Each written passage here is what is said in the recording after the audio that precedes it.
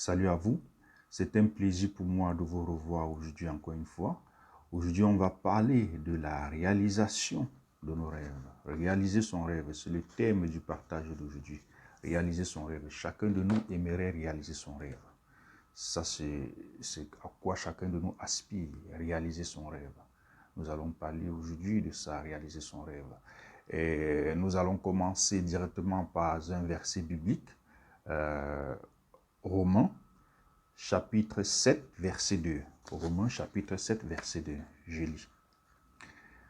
En effet, la loi de l'esprit de vie en Jésus-Christ m'a affranchi de la loi du péché et de la mort.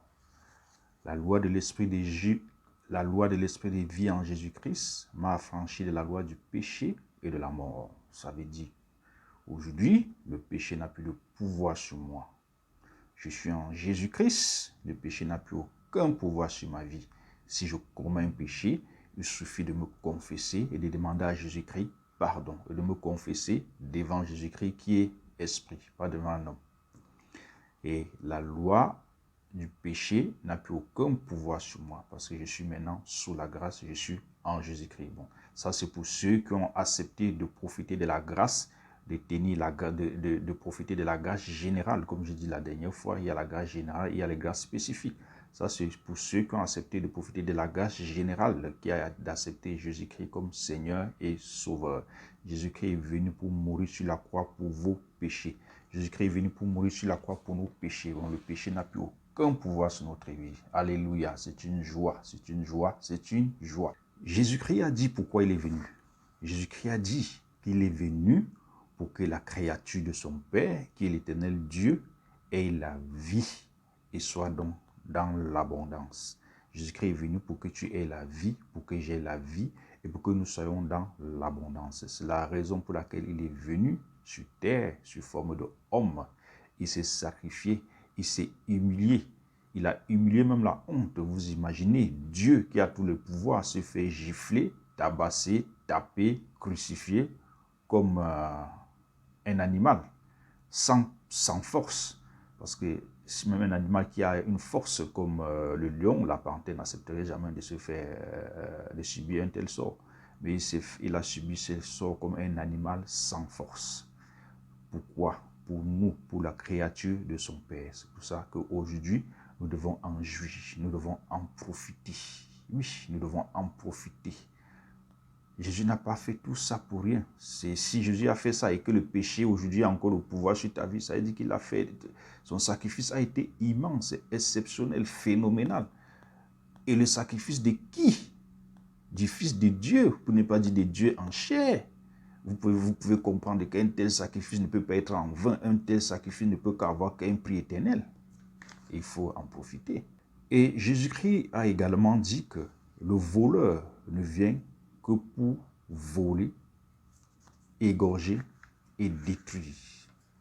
Le voleur ne vient que pour voler, égorger et détruire. Et ce voleur qui ne vient que pour voler, égorger et détruire, il ne donne jamais l'air de venir pour ça. Il donne toujours l'air de venir pour vous rendre heureux, pour vous donner le bonheur, pour vous donner la paix, pour vous donner la joie, pour vous donner la richesse et pour vous donner même ce que Jésus vous propose, la vie et l'abondance. Et attention, parfois il vous propose mieux. Il vous dit qu'il voudra vous rendre encore plus abondant, que ce n'est pas lui que tout se passe, ce n'est pas lui que tout se fait. Si tu fais ça, je te fais ça, je te donne ça.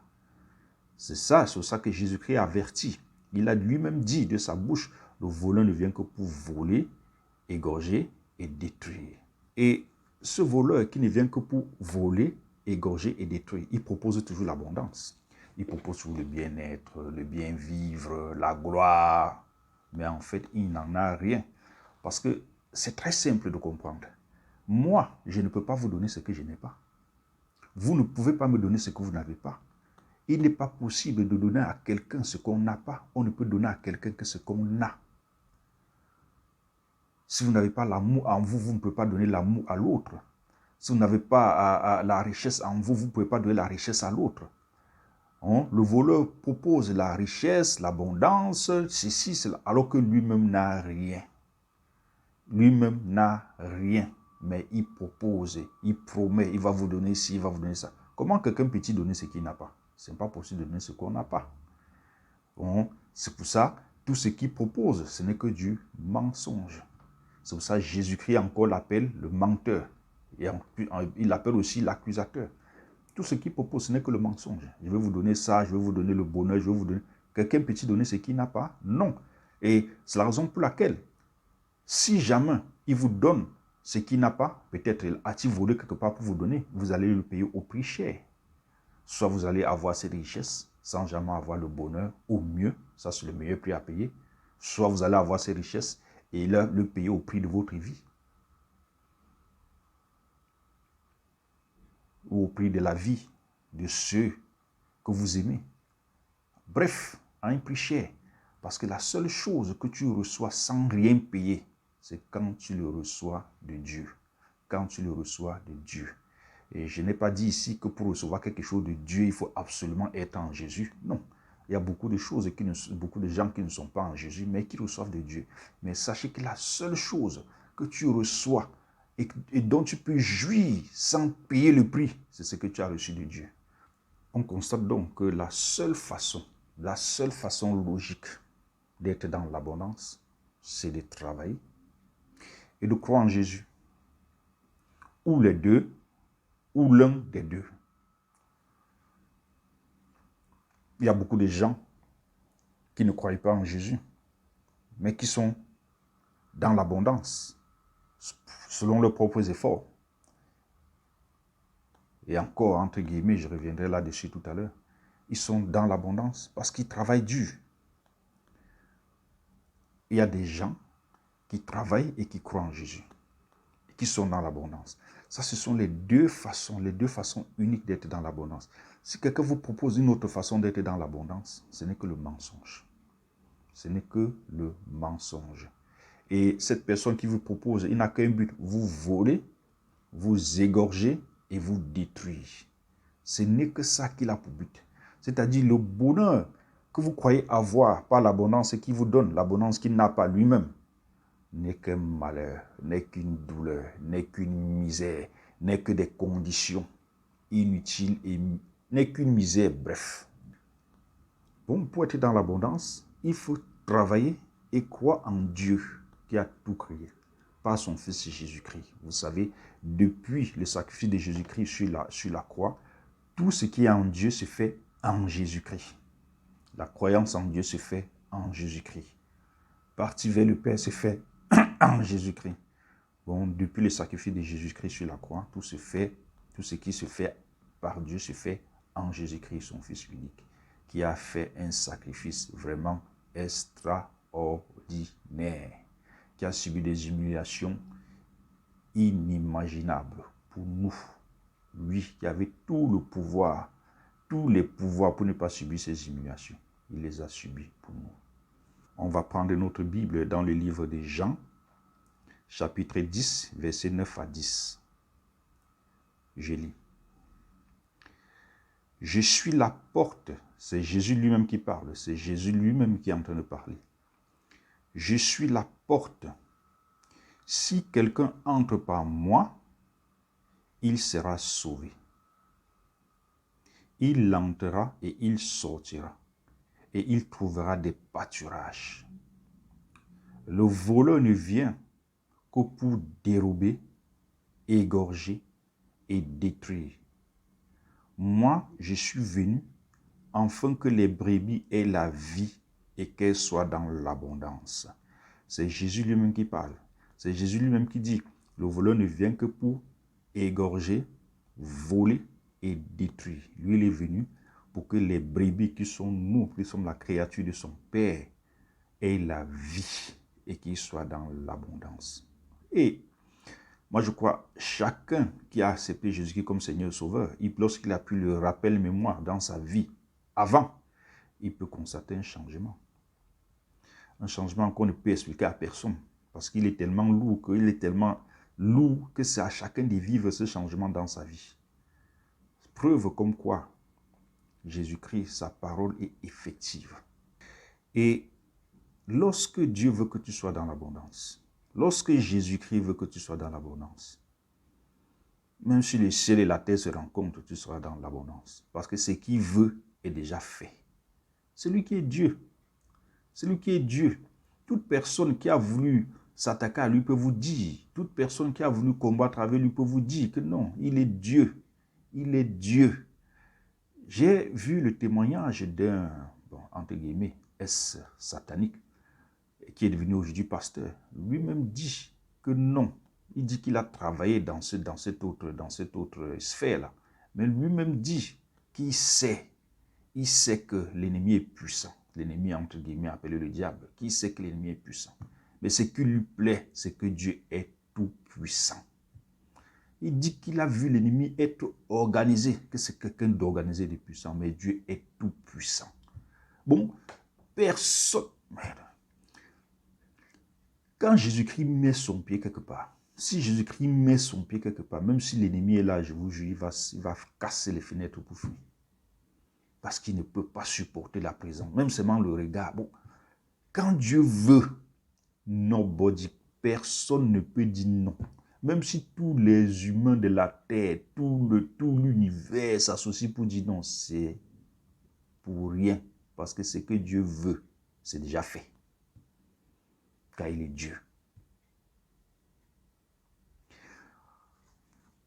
On va lire notre Bible dans le livre de Romains, chapitre 8, verset 31. Je lis. Que dirons-nous à l'égard de ces choses? Si Dieu est pour nous, qui sera contre nous? Si Dieu est pour toi, qui sera contre toi? Si Dieu est pour toi, qui sera contre toi? Personne. Maintenant, il faut discerner. Quand est-ce que Dieu est pour toi? Parce que parfois, les gens comprennent ce verset mal. Ils disent que Dieu est pour toi quand tu aimes d'abord ton prochain, quand tu respectes ton prochain, quand tu honores ton prochain, quand tu les satisfais. Il a dit, aime-moi et aime ton prochain. Quand tu l'aimes et tu l'aimes ton prochain, il est pour toi. Bien-aimé, personne ne peut être contre toi. Si tu remplis ces deux conditions, tu vas voir que toutes personnes qui se sont mis contre toi ont été chicotées. Par qui? Ce n'est que par Dieu. Tu le respectes, tu aimes Dieu et tu aimes ton prochain. Tu ne peux pas manquer de respect à ton prochain, ne pas aimer ton prochain, ne pas te soumettre devant l'autorité, ne pas remplir d'autres conditions de la parole de Dieu. Et dit que Dieu avait moi, Dieu avait moi, Dieu avait moi. Non, c'est que tu risques d'être un peu surpris de te rendre compte que tu te trompes.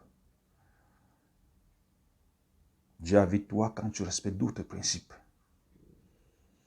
Tu ne peux pas être arrogant devant l'autorité, disant que Dieu est avec toi, qu'est-ce qu'il peut te faire? Dieu lui-même dit de respecter l'autorité. C'est que si tu es arrogant devant l'autorité, il n'est plus avec toi. Si tu crois qu'il est avec toi, tu te trompes. Et le voleur, il a toujours des propositions. Il a toujours des propositions. Mais il faut toujours savoir que le prix de ce qu'il vous propose, quand c'est au mieux, c'est une richesse sans bonheur. Parce qu'en fait, ce n'est pas la richesse. Ce n'est pas la richesse, c'est un investissement. C'est-à-dire, il investit sur vous pour que vous vous remboursez. Alors que Dieu vous donne par grâce, cadeau, don, pan, prends. Lui, il ne donne pas. Il l'investit sur vous pour que vous remboursez. Il n'en a même pas. Ce qu'il investit sur vous, sûrement, il va voler quelque part. Quelqu'un ne va pas voler pour venir vous donner. C'est pour que vous lui remboursez. Et parfois, le prix du remboursement. Et si c'est au pire, vous allez payer ça avec votre vie. Si c'est au mieux, vous avez une richesse sans bonheur. Au pire, vous payez avec votre vie. Ouais, c'est comme ça que l'ennemi, le voleur fonctionne. C'est pour ça, tout ce que vous voulez, travaillez pour ce que vous voulez. Tout ce que vous voulez, demandez à Dieu en Jésus-Christ. Ne croyez pas qu'il y a une autre façon d'avoir quoi que ce soit. Non, il n'y a pas une autre façon d'avoir quoi que ce soit. Car on ne peut donner que ce qu'on a. Je prends par exemple l'exemple. Vous avez constaté parfois lorsque vous êtes en ville ou bien vous le voyez parfois dans vos boîtes à lettres. Je suis marabout, grand docteur de tel, qui donne la chance, ouvre le mariage, donne la richesse, rend riche. Bien-aimé, s'il rend riche, Pourquoi il se met au soleil encore pour vous partager tout ça? Il peut devenir riche avec tous ses pouvoirs d'être riche. Il peut devenir riche à jamais. Mais tu le vois au soleil, le soleil il est en train de le menacer, parfois dans le froid. Il donne les trucs, il envoie les gens remplir les boîtes à lettres des gens. Je vais te rendre riche, je suis tous ces pouvoirs-là, il peut posséder il peut devenir le plus riche du monde avec ça et laisser les gens tranquilles. C'est parce qu'il ment, en fait. Il ment. Je vais te faire ceci, je vais te faire ceci. Il ment. La seule personne qui peut vous faire quelque chose, c'est l'Éternel Dieu. C'est l'Éternel Dieu en Jésus-Christ. C'est lui seul qui peut vous faire quelque chose. Si vous ne voulez pas qu'il vous fasse quelque chose, comptez sur vous-même pour avoir quelque chose. Et beaucoup comptent sur eux-mêmes pour avoir quelque chose. Ils ont ce qu'ils cherchent. Mais si vous comptez sur autre chose, ou sur quelqu'un, ou sur telle proposition de X, de Y, vous serez très surpris que personne ne donne rien à personne. Que la seule personne qui donne quelque chose à quelqu'un pour rien, c'est Dieu. Personne ne donne quelque chose à quelqu'un pour rien, bien aimé. Personne. C'est Dieu qui donne pour rien. Parce que son amour est si grand qu'il peut le faire. On va prendre notre Bible dans le livre de Jacques, chapitre 1, verset 17. Je lis. Toute grâce excellente et tout don parfait descendent d'en haut, du Père des Lumières, chez lequel il n'y a ni changement, ni ombre de variation. Le Père des Lumières, notre Père, le magnifique Dieu, l'excellent Dieu, le seul vrai Dieu, toute grâce excellente et tout don parfait vient de lui. Quelqu'un qui va te proposer autre chose, oublie, c'est pour te faire payer au prix cher. Je n'ai pas dit que ce n'est qu'en comptant sur Dieu que tu peux faire quelque chose dans ta vie. Non. Je ne suis pas en train de dire aux athées, ceux qui n'ont pas encore eu la grâce de profiter de la grâce générale qui est d'accepter Jésus-Christ comme Seigneur Sauveur, ou ceux qui ne le veulent pas, que parce qu'ils ne croient pas en Dieu, ils n'auront rien. Non, beaucoup ne croient pas en Dieu et ils ont par leurs efforts, parce qu'ils travaillent, parce qu'ils se battent. Et c'est magnifique. J'apprécie ça. Mais il ne faut jamais croire que tu auras par quelqu'un d'autre, si ce n'est tes propres efforts. Le jour qui te vient dans la tête d'avoir par quelqu'un d'autre, d'avoir un coup de pouce pour avoir, va chercher Jésus-Christ. Parce que c'est lui qui te donne le coup de pouce gratuit. Il n'y a pas un autre endroit où tu as le coup de pouce gratuit. Tu le payes cher. C'est-à-dire que tu as ce que tu veux, mais tu n'as aucun bonheur. Et parfois, tu ne le payes pas ta vie. Vous savez, l'être humain a deux destinées. Il y a la destinée naturelle de l'être humain et la destinée lorsqu'il est en Jésus-Christ. Lorsque vous ne connaissez pas encore, vous n'avez pas encore accepté Jésus-Christ comme Seigneur et Sauveur, vous avez votre destinée qui est la destinée naturelle. Lorsque vous acceptez Jésus-Christ comme Seigneur et Sauveur, vous avez maintenant une destinée en Jésus-Christ. Et la destinée naturelle de l'être humain, c'est lui seul qui peut la juger. Quelqu'un d'autre ne peut pas la juger. C'est-à-dire, c'est difficile de voir quelqu'un parce que vous regardez ce qu'il a avec les yeux, vous dites qu'il est heureux, il est dans l'abondance. L'abondance n'est pas seulement ce qu'on possède. C'est lui seul qui peut juger s'il est heureux que s'il est dans l'abondance. Parce que c'est lui seul qui peut juger comment il se sent dans son âme. Or, la destinée en Jésus-Christ, on peut la juger. Quand quelqu'un est destiné en Jésus-Christ, on peut dire ce monsieur est heureux, il est dans l'abondance. Parce que Jésus-Christ a dit, je vous laisse la paix, je vous donne ma paix. Pas comme le monde vous la donne. Parce qu'on sait que quand tu as une destinée en Jésus-Christ, tu as cette paix qu'il donne. Tu as ce bonheur qu'il a promis de donner et qu'il donne. Bon, on ne peut pas juger la destinée naturelle d'un être humain. Lui seul peut la juger. Mais on peut juger la destinée d'un être humain en Jésus-Christ. Si elle est vraiment en Jésus-Christ. Si elle est vraiment en Jésus-Christ. Parce que Jésus-Christ lui-même a dit, il y a des gens qui vont se transformer en loups, faire comme si ce soit en Jésus-Christ, alors qu'ils ne sont pas en Jésus-Christ. Si elle est vraiment en Jésus-Christ, on peut la juger. Et le principal ennemi de nos rêves, c'est l'accusateur. La stratégie de t'accuser, de te faire culpabiliser, de te faire croire que tu as fait ce qui est mauvais. Ce qui est spécialement mauvais, ça va te bloquer, ça va bloquer tes chances, ça va Ça, c'est l'accusateur. Ça, c'est la stratégie de l'accusateur. Et l'accusateur travaille même dans l'église. Il suscite les gens. Il peut susciter, sachez que l'accusateur peut susciter même ton parent pour t'accuser. L'accusateur suscite les gens pour t'accuser, pour te faire croire que non, tu as fait ci qui n'est pas bon. Il faut te rependre. Repends-toi. Si tu ne te repens pas, c'est toujours les si. L'éternel Dieu ne fonctionne pas avec les si. Si vous voyez quelqu'un qui ne veut que faire que vous parlez de Dieu en vous disant si, commencez un peu à être réservé avec cette personne. Parce que ce n'est pas comme ça que Dieu fonctionne. Si tu fais ça, ça va ça. Si tu fais ça, non, Dieu ne fonctionne pas comme ça. Il fait tout selon son bon vouloir, comme il veut. Il ne fonctionne pas selon les si. Bon, évitez les gens qui vous accusent, qui vous fait culpabiliser, qui vous fait croire que vous avez commis un péché, ça va vous détruire, ça va vous faire ceci. Non, ça c'est la stratégie de l'ennemi pour vous détruire. Parce qu'une fois que vous pensez comme ça, la peur s'installe dans votre cœur.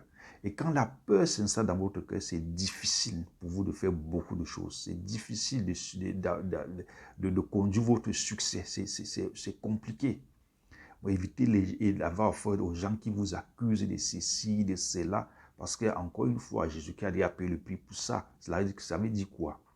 L'ennemi cherche à... Qu'est-ce que l'ennemi veut faire? L'ennemi veut vous frustrer. Vous fait quoi que vous avez fait ceci qui n'est pas bon. Ça va. Donc, si vous savez, l'homme a une conscience. Quand vous savez que vous avez fait ce qui n'est pas bon, vous demandez pardon à l'Éternel Dieu qui est esprit. Vous lui parlez, vous lui demandez pardon. Je ne vous encourage pas à faire ce qui n'est pas bon et venir demander pardon à l'Éternel Dieu. Parce que ça, c'est se moquer du Saint-Esprit. Et Jésus-Christ lui-même a dit, tout péché contre lui sera pardonné, mais un péché contre le Saint-Esprit ne sera pas pardonné. Péché, sachant qu'on va demander pardon exprès, c'est se moquer du Saint-Esprit. Mais il peut arriver que nous péchons. Nous sommes les hommes. Que personne ne vous fait croire que parce que vous avez péché, il vous fait culpabiliser. Non, ça c'est la stratégie de l'ennemi pour vous détruire. On l'appelle l'accusateur. Jésus-Christ est mort sur la croix pour ça, bien-aimé. Jésus-Christ est mort sur la croix pour tes péchés.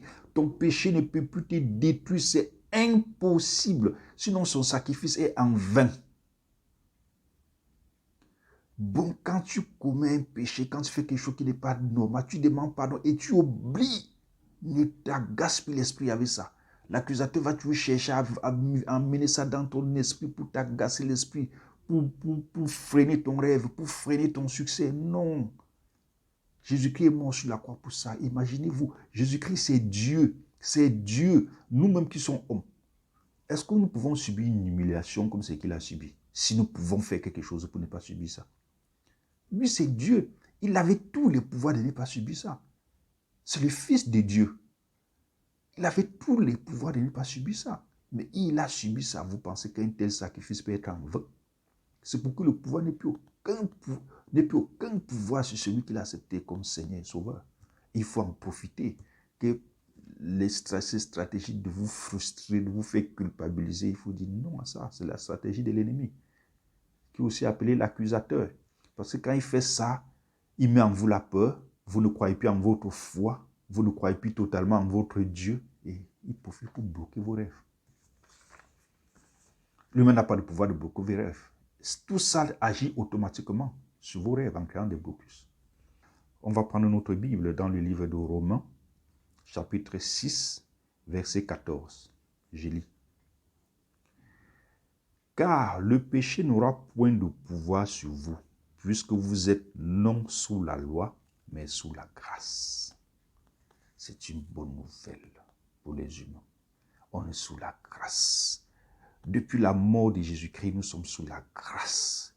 Jésus-Christ est venu pour la grâce. C'est pour ça que le péché n'a plus de pouvoir sur nous.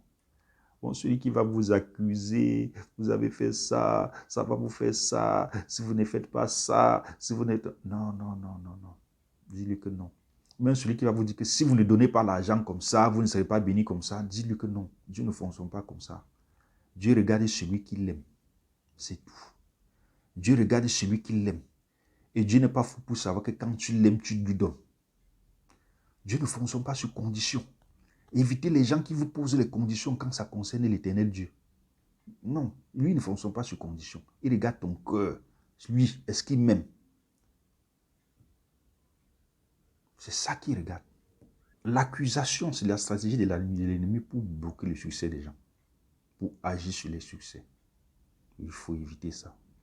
Il faut éviter d'avoir à côté de vous les gens qui vont vous accuser, chercher à vous faire culpabiliser, chercher à vous dire que si tu fais ça, tu fais ça. Ça, c'est pas Dieu ne fonctionne pas. Au contraire même, c'est le voleur, c'est l'ennemi qui fonctionne comme ça. Si tu fais ça, je vais te donner ça. Si tu fais, tu n'as même rien. Même quand il te donne, tu es toujours malheureux avec. Dieu ne fonctionne pas comme ça. Savoir que lorsque vous faites quelque chose d'anormal, où il y a l'esprit, vous avez la grâce de Dieu. La grâce de Dieu qui vous couvre. La grâce de Dieu par la mort de Jésus-Christ qui vous couvre. Il suffit de confesser et demander pardon, comme j'ai dit précédemment. C'est aussi simple que ça. On va prendre notre Bible dans le livre de Galates, chapitre 2, verset 21. Je lis. Je ne rejette pas la grâce de Dieu, mais si la justice s'obtient par la loi, Christ est donc mort en vain. Si la justice s'obtient par la loi, Christ est mort en vain. Ça veut dire que si tu fais ça, c'est ça. Si tu fais ça, c'est ça. Si tu fais ça, c'est ça. Ça, c'est comme ça avant que Jésus-Christ ne vienne dans l'Ancien Testament. Il y avait des principes qu'il fallait suivre. Si c'est comme ça c'est que Christ est mort pour rien. Non, ça ne fonctionne pas comme ça. Je vous dis encore, Dieu regarde une chose. Est-ce que tu m'aimes? Est-ce qu'il m'aime? Est-ce qu'il aime mon prochain, ma créature? Est-ce que tu aimes ton prochain? C'est ça qu'il regarde. C'est les deux choses qu'il regarde dans ton cœur. Et Dieu sait que si tu l'aimes, aimer c'est donner. Vous savez, quelqu'un pour vous dire avec la parole qu'il vous aime 100 ans. Le jour que vous voulez recevoir quelque chose de lui, c'est le jour-là que vous constatez qu'il vous a menti pendant 100 ans. Donc, aimer, c'est donner. Et Dieu sait ça. Il sait que si tu l'aimes, tu vas lui donner. Mais il ne te pose aucune condition. Bon, où que vous soyez, quand vous posez la condition, il faut faire, si tu fais ça, ça, ça. Non, ça, c'est pas Dieu, ça. Ça, ce sont les hommes. Quand c'est dans la maison de Dieu, je veux dire, quand c'est dans la maison de Dieu, c'est les cultures des hommes qu'ils ont développées entre eux là-bas. Ce n'est pas Dieu. Mais quand c'est hors de la maison de Dieu, ça devient compliqué. Il faut vous méfier. C'est peut-être l'ennemi qui veut vous chuter. Dieu ne fonctionne pas sur condition. Dieu regarde, est-ce qu'il m'aime? Est-ce qu'il aime ma créature qui est son prochain? Il regarde ça. Et quand les deux là sont conclus, mon frère, ma soeur, l'amour de Dieu est merveilleux. Bien aimé, l'amour de Dieu est magnifique. Bon, c'est ce que Dieu regarde. Si tu l'aimes et si tu aimes ton prochain, c'est ce que Dieu regarde. Bon, il faut savoir que pour vos rêves, pour votre rêve, vous devez travailler et croire en Dieu. Il n'y a pas une autre façon d'accomplir votre rêve, à part de travailler et croire au seul vrai Dieu, en Jésus-Christ. C'est la seule façon d'accomplir votre rêve. Toute autre façon qui vous sera proposée n'est que du mensonge. Que notre Dieu, le Père du Seigneur Jésus-Christ, vous bénisse, qui vous donne la grâce en Jésus-Christ, qui vous conduise dans la lutte que vous faites tous les jours, y compris moi-même. Nous luttons tous les jours pour atteindre notre rêve. Nous travaillons pour atteindre notre rêve, qui vous conduise dans cette lutte, dans ce travail, et que votre rêve soit accompli au nom de Jésus-Christ. Que votre rêve soit accompli au nom de Jésus-Christ. Et que vous le glorifiez par la suite, le seul vrai Dieu. Au nom de Jésus. Amen. Que Dieu vous bénisse. Je vous souhaite une belle journée.